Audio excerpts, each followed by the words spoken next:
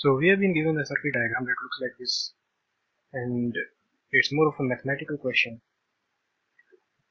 than a question of physics, with the exception that you must know that equivalent resistance, when all resistances are in series, equals R1 plus R2 plus R3. In series, resistances look like this.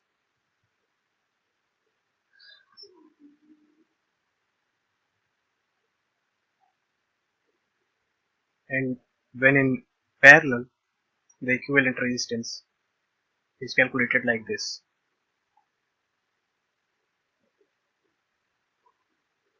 These are the two things that you must know, that when in series, you calculate total resistance by just adding all the resistance all together. And when in parallel, you have to apply this formula. And assuming that you already know this elementary stuff,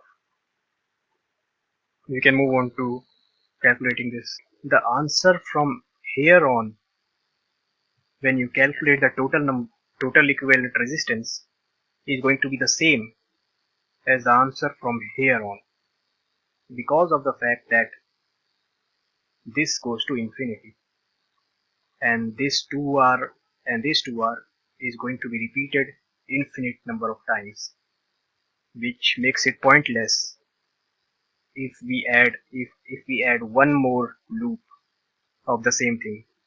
And that's how you solve such questions where something is repeated an infinite times. You just ignore one loop and solve it for it less than a loop, and assume that the answer is going to be a value. Let's say t. So if I assume that the total equivalent resistance from this point onwards is t,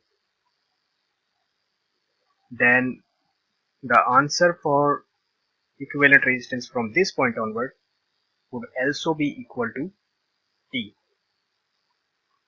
And that's how you solve such questions. I'm going to assume that from here on, the total equivalent resistance is equal to t.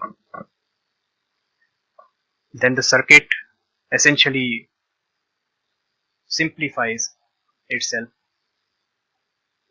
and becomes that the t that this resulted in is in parallel, of course, because these two are in parallel with the rest of the circuit.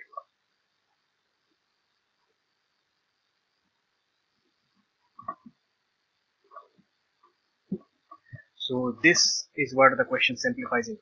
And now all we have to do is to solve this one. This question, we are going to use the formula for finding the parallel equivalent resistance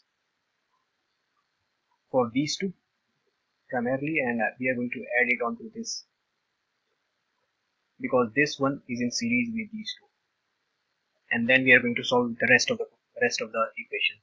Primarily, we need to focus on this circuit in order to get the value of t. So the total equivalent resistance equals 1 over 2R plus 1 over t. Not the total equivalent resistance, sorry. The total resistance for these two. RT would be equal to 2R plus t, 2RT. And now to add this RT onto this resistance, we get 2R t divided by 2R plus t added to 2R. And because I said earlier that this value is the same as the value ahead of it, which was t, therefore this equals t. Because like I explained earlier, this essentially goes on to infinity. And if we assume that this circuit after going to infinity gives the value of t, then it's going to give the same value if we add one more loop of the same circuit, assuming that this is converging, and this ends up being a quadratic equation which equals t squared minus 2rt minus 4r squared. And using the quadratic formula to solve this quadratic equation, we'll need to get the zeros, which would give me the answer for t.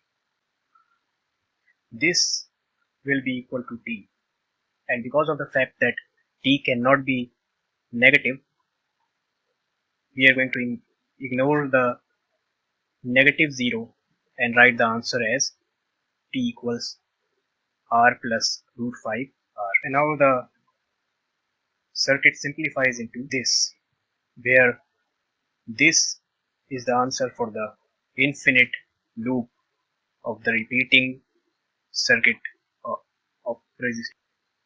And after calculating this entire circuit, the total equivalent resistance will be equal to R plus R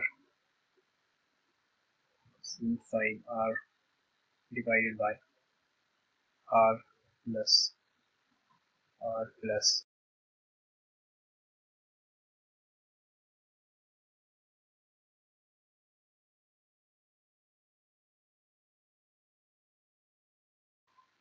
And this is the answer for total equivalent resistance.